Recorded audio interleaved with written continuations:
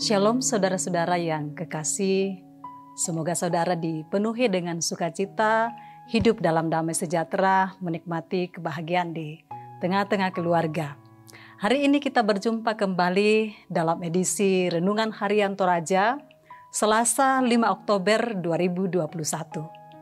Firman Tuhan yang akan kita baca hari ini dari kitab Bilangan pasal 5 ayat 11 sampai 22. Bilangan pasal 5 ayat 11 sampai 22. Sebelum kita membaca firman Tuhan, mari saudaraku kita berdoa memohon hikmat Roh Kudus. Kita berdoa. Kami bersyukur kepadamu Tuhan untuk setiap kebaikan dan kemurahan kasih-Mu yang kami nikmati. Kami rindu membaca dan merenungkan firman-Mu. Ya Roh Kudus, beri hikmat bagi kami, hingga firman yang akan kami baca kami boleh pahami, dan Tuhan menolong kami untuk melakukan dalam kehidupan kami. Di dalam nama Tuhan Yesus kami berdoa. Amin. Bilangan pasal 5 ayat 11 sampai 22. Hukum mengenai perkara cemburuan. Tuhan berfirman kepada Musa, "Berbicaralah kepada orang Israel dan katakanlah kepada mereka, apabila istri seseorang berbuat serong dan tidak setia terhadap suaminya, dan laki-laki lain tidur dan bersetubuh dengan perempuan itu, dengan tidak diketahui suaminya, karena tinggal rahasia bahwa perempuan itu mencemarkan dirinya. Tidak ada saksi terhadap dia. Dia tidak kedapatan. Dan apabila kemudian roh cemburu menguasai suami itu, sehingga ia menjadi cemburu terhadap istrinya, dan perempuan itu memang telah mencemarkan dirinya, atau apabila roh cemburu menguasai suami itu, sehingga ia menjadi cemburu terhadap istrinya, walaupun perempuan itu tidak mencemarkan dirinya, maka haruslah orang itu membawa istrinya kepada imam, dan orang itu harus membawa persembahan karena perempuan itu sebanyak 1/10 eva tepung jelai, yang ke atasnya tidak dituangkannya minyak, dan yang tidak dibubuhinya kemenyan. Karena korban itu ialah korban sajian cemburuan, suatu korban peringatan yang mengingatkan kepada kedurjanaan. Maka haruslah imam menyuruh perempuan itu mendekat dan menghadapkannya kepada Tuhan. Lalu imam harus membawa air kudus dalam suatu tempayan tanah. Kemudian harus memungut debu yang ada di lantai kemah suci dan membubuhkannya ke dalam air itu. Apabila imam sudah menghadapkan perempuan itu kepada Tuhan, haruslah ia menguraikan rambut perempuan itu, lalu meletakkan korban peringatan, yakni korban sajian cemburuan, ke atas telapak tangan perempuan itu, sedang di tangan imam haruslah ada air pahit yang mendatangkan kutuk. Maka haruslah imam menyumpah perempuan itu dengan berkata kepadanya, "Jika tidak benar ada laki-laki yang tidur dengan engkau, dan jika tidak engkau berbuat serong kepada kecemaran, padahal di bawah kuasa suamimu, maka luputlah engkau dari air pahit yang mendatangkan kutuk ini.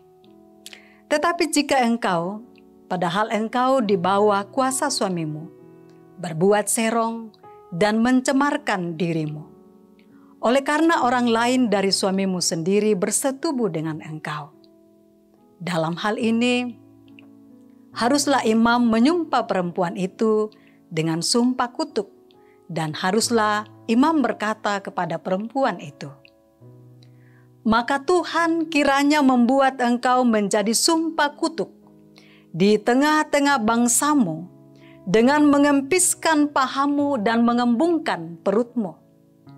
Sebab air yang mendatangkan kutuk ini akan masuk ke dalam tubuhmu untuk mengembungkan perutmu dan mengempiskan pahamu. Dan haruslah perempuan itu berkata, amin, amin. Demikian pembacaan kita. Amin. Saudara-saudara yang kekasih, dari bacaan firman Tuhan saat ini, kita akan merenungkan dalam satu tema, dampak kecemburuan. Batuyan nalan basa toraya, buntu tumangna kapangimburuan. Saudara, cemburu atau kecemburuan adalah salah satu sifat buruk manusia pada semua tempat dan pada sepanjang abad, baik melibatkan orang tua atau muda, di kota atau di desa, tidak terkecuali orang Kristen. Karena kecemburuan, khususnya yang berhubungan dengan keluarga, seringkali menjadi alasan seseorang, suami atau istri, melakukan tindakan atau perbuatan yang berakibat fatal dan lebih buruk. Untuk mengantisipasi dampak yang bakal terjadi akibat kecemburuan, maka Tuhan menyampaikan perintah kepada Musa tentang mekanisme penyelesaian jika ada kecemburuan, khususnya dari seorang suami kepada istrinya. Melalui perintah ini, dijelaskan langkah yang harus dilakukan. Jika hal itu terjadi, yakni melalui imam, batulan basa toraya, tomina, datang kepada imam membawa perempuan itu, dalam hal ini istrinya.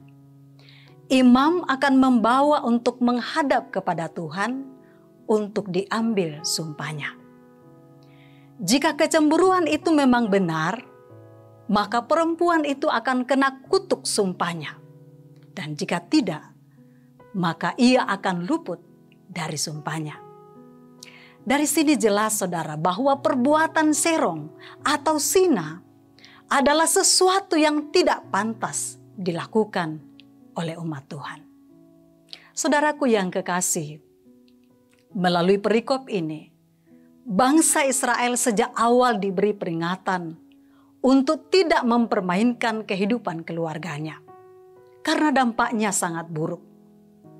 Peringatan ini juga menjadi penting, menjadi perhatian bagi keluarga Kristen sekarang ini, agar setiap pribadi dalam rumah tangga hidup dalam kesetiaan, setia pada Tuhan dan pasangan. Kalaupun ada hal yang kurang berkenan pada pasangan kita, mari datang pada Tuhan lewat hamba-hambanya untuk diselesaikan berdasarkan firman Tuhan, bukan berdasarkan cara kita. Tuhan dimuliakan melalui hidup dan kehidupan keluarga kita. Amin.